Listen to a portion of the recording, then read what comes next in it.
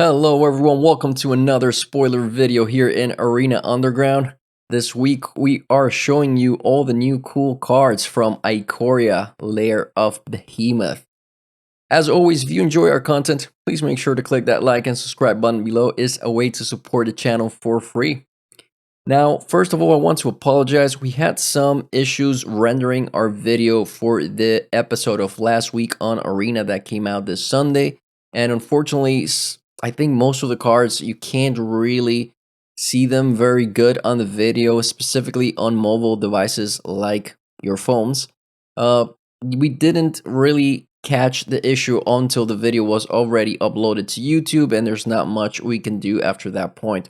But we're hoping to talk more about these cards in the following days, so you'll see that we'll include a couple of the cards that we talked about this past Sunday. In any case, we're gonna be doing this all week, and also keep an eye for the next episode of last week on Arena, where we probably have the full set of Ikoria to finish, showing you all the new cool spoilers and just talking about these cards.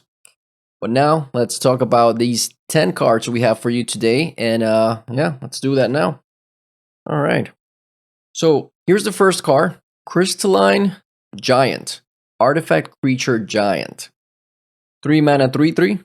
At the beginning of combat on your turn, choose a kind of counter at random that Crystalline Giant, or Crystalline, again, I'm not sure how to pronounce that, anyway, doesn't have on it from among Flying, First Strike, Death Touch, Hexproof, Lifelink, Menace, Reach, Trample, Vigilance, and +1 counter. Put a counter of that kind on Crystalline Giant. Alright, I think this card is very cool. First of all, it's a 3 mana 3/3, which is already a good card, But at the beginning of each combat, so I believe, if I'm not incorrect, that the turn you put this card down, which is on your first main phase, comes the beginning of combat for that turn. You immediately put one of these counters onto this card. Obviously, you're not attacking that turn because Hexproof is not one of the keyword counters. But if potentially you had something in the battlefield that would give you Hexproof, then you can go ahead and attack right away. But every turn, if this card sticks on the battlefield, you get to attach a counter on it. Flying, First Strike, Death Touch is at random, but still, having one of these keywords and then having another one, different one each turn, it's pretty cool. So I think this card is going to be, it's going to be played. I think we're going to see some play of this card in Standard. Anyway, let's go to another card. Alright, we have Everquill Phoenix. 4 mana 4/4 in the red colors. Creature Phoenix. Mutate 4. Flying. Whenever this creature mutates, create a red artifact token named Feather with the effect, pay 1, sacrifice Feather, return target Phoenix card from your graveyard to the battlefield tapped. Okay, so this is a cool card. Unfortunately, most of the great Phoenixes in Magic the Gathering, I think, have haste, and this one does not have haste, so it's not as good as other Phoenix we've seen in the past. But being a 4 mana 4/4 with flying, it's still good, and it does have mutate, right? So you still get to mutate one of your creatures. Let's say you have an Annex on the battlefield in mono red, or you have a Torbrand on the battlefield. You can attach this, make it a flying creature, and maybe go all in at your opponent at that point. And also you have the extra effect where you create the Feather and you can get back a Phoenix. One thing to keep in mind is return target Phoenix card from your graveyard. So it doesn't have to be Everquill Phoenix. It could be another Phoenix. So this card could be used in any format. And I think it might see play in Standard. I don't see it as an amazing card from the new set, but could be pretty good, especially for mono red, who's always trying to get in for a lot of damage. And if you have something in the air that could get in. Fortunately, it doesn't have haste, but again, it has the mutate ability, so you can just attach it to a card that's already on the battlefield. Alright, let's continue. Next, we have Drannith Magistrate in the white colors, 2 mana 1/3, which are already good stats, especially if you want to defend yourself against a White Winnie or, little creature aggro deck. But then it's a creature, a human wizard, and has the effect where your opponents can't cast spells from anywhere other than their hands. What does that mean? This is probably going to be in most sideboards for standard. You probably don't want to play this in main deck unless there's a lot of aggro decks in the meta and you just want to defend yourself. But mainly you want to have this in your sideboard, bring it in a best of 3 match, and then your opponent can't cast Uros, cannot cast exile cards with adventures from from the exile zone, and etc. etc. You cannot escape cards. You cannot use effects that require casting to bring the creature back to the battlefield or any kind of spell unless it's coming from your hand. So this is a pretty cool card. It's mostly a defensive card, I would say, and again, mostly probably going to be played in the sideboard. All right, that's my thoughts anyway. Leave some comments below, guys. What do you think of these cards, and maybe if I'm saying anything wrong, any of these rules or any pronunciations that should be said differently, let me know. Continuing, we have Luminous BroodMoth. This is one of the cards that came out this past weekend. I'm pretty sure you guys have seen some of these cards already, but anyway, we're throwing in the cards that we mostly like from the set so far. There's a lot more that you can find probably online in other websites. That said, Luminous BroodMoth, it's a 4 mana, 3/4, in the white colors, creature insect. Flying. Whenever a creature you control without flying dies, return it to the battlefield under its owner's control with a flying counter on it. This is a pretty cool card. It obviously reminds you right away of Nightmare Shepherd, but this is even better. So I don't know, it could be a world where we see an Orzhov type deck with Nightmare Shepherd, with Luminous BroodMoth, or just, just one of them. But the effect on Luminous BroodMoth is so much better. The creature comes back into the battlefield, so you get to re-trigger any enter the battlefield effects. But it also comes with flying counter on it. So it's a creature. It has all its same power and toughness. So again, it's so much better than Nightmare Shepherd. I'm not saying that Nightmare Shepherd is, a bad card now. It's still a good card, but this is a little bit better, right? We get to put a flying counter on this creature that comes back from the battlefield. It's pretty insane. This card, I think it's going to be really good, and we're going to see play of it every day in standard. Okay, let's continue. All right, now we're looking at Labyrinth Adventurer, 3 mana, 3/3 in the white colors, 2 regulars, 1 white. Creature human soldier. As Labyrinth Adventurer enters the battlefield, choose odd or even. Labyrinth Adventurer has protection from the converted mana cost of the chosen value. This card is awesome. It's a 3 mana 3/3, which is already good, right? It's human, right? So it's going to be part of the whole human theme. And then you choose odd or even. Let's just pretend that you guys choose odd. This card is going to have protection from anything that's 1 mana, 3 mana, 5 mana cost. So it has protection from Teferi. It has protection from a lot of cards, guys, that cannot block this card, cannot target this card, etc. This card's going to be really cool. And I think we're going to see play of this card as well. Again, we'll have to wait and see if we have some sort of human strategy. Maybe this could fit in in white aggro, potentially. It's a human, it's white, it can get protection from a lot of things. So yeah, we could see a lot of play from this card.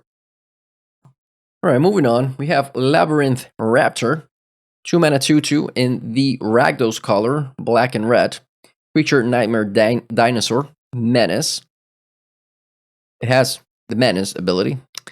Whenever a creature you control with Menace becomes blocked, defending player sacrifices a creature blocking it. Sacrifices a creature blocking it. So if they block with 2 creatures, they have to sacrifice at least one of them.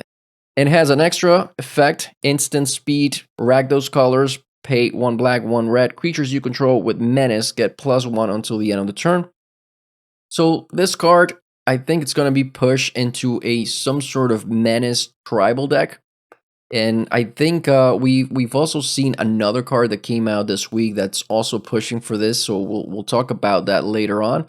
But yeah, this could be a good card, a very cool card. There's a lot of creatures with manas around there, especially in the black colors or Ragdos colors. So I think a manas creature tribal deck could be a thing. I like this card, and yeah, let's see what happens. Maybe you guys can send them some, leave us some comments. Let us know what you're already thinking. If you have some ideas on some cool decks that could be created around these cards that we're showing up today or that we showed in the past episode this weekend, let us know. Share those with us. We would gladly maybe discuss them in a later video. All right. Here we see Dire Tactics in the Orzhov colors. Pay 1 white, 1 black for an instant speed. Spell, exile target creature. If you don't control a human, you lose life equal to that creature's toughness. So I think this card is very cool. I'm not sure if this is gonna be straight main deck card or maybe in the sideboard. Reason being is you get to exile any creature for just 2 mana, right? That's great. The problem is if you're playing control, you don't want to exile maybe something big unless you have 20 life points or more, because then that, losing that amount of life, if you are exiling Uru, if you are exiling Kroxa, if you are exiling Cavalier of Thorns, those are big toughness creatures that you might not want to exile with this. So I think it has to depend on the meta at the moment. If you're exiling something from an aggro deck, probably doesn't have a lot of toughness, that would be fine. But if you're playing against some sort of mid-range control deck, you're gonna find some big creatures. But that said, it could still be a good removal spell. So yeah, we like this card. Let's go to the next one. Cunning Nightbonder. 2 mana 2/2 in the mirror color. So you can pay either 2 blue or 2 black to cast this spell. That's really cool. It has flash. That is awesome. So 2 mana 2/2 with flash. That's already good. And then it says spells you cast with flash cause 1 less to cast and can't be countered. This card is insane for the Simic flash deck. And remember, this card is the mirror colors, and you can pay either 2 blue or 2 black. So you can have it in a mono blue deck, you can have it in Simic, you can have it in Sultai, you can have it in mono black because you can cast it. It has flash already, so it fits right into the Simic flash deck right now. And then it says spells you cast with flash cost 1 less. So Nightpack Ambusher costs 3. This card it's insane. And then they can't even counter it. So if you have your Nightpack Ambusher you play, they can't counter it. Yeah, this card is I think is going to be really cool to try this out. Maybe I don't know. I mean, I don't know how the flash deck is going to do after all this mutation stuff starts next week, but this could be really good for Simic Flash and such. All right, moving on. We're looking at some cards that are not insane here, but Dirge, or yeah, I think Dirge Bat, right? 4 mana 3/3.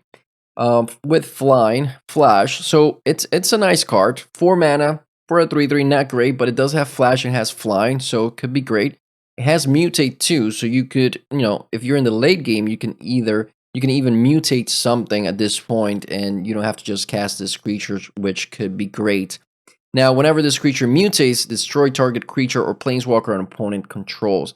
So I guess I could see this being played in maybe some sort of control deck as well, where you want to just flash it in on your opponent's turn, attach it to, I don't know, a small creature that you have, maybe even a Cunning Nightbonder, right?